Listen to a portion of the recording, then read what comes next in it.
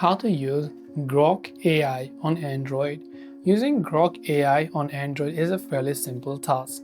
Go to your Play Store or App Store and simply search for Grok AI application. You'll find the Grok AI Assistant application here. All you have to do is just tap the install button and it will download the application for you. Once the installation is complete, you can go about simply selecting the Grok AI application and using it. So you can first create an account using Google, email, or your Twitter account.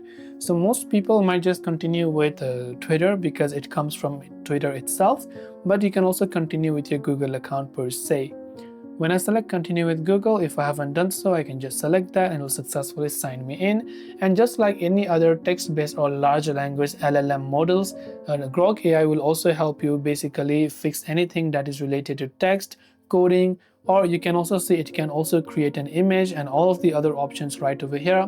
For some different tasks, you can also choose to upgrade to Super Grok as well. But most of the cases, it will be pretty useful even on the free version. This way you can use Grok AI on Android. Hope this video helped you out. Thanks for watching and see you in the next video.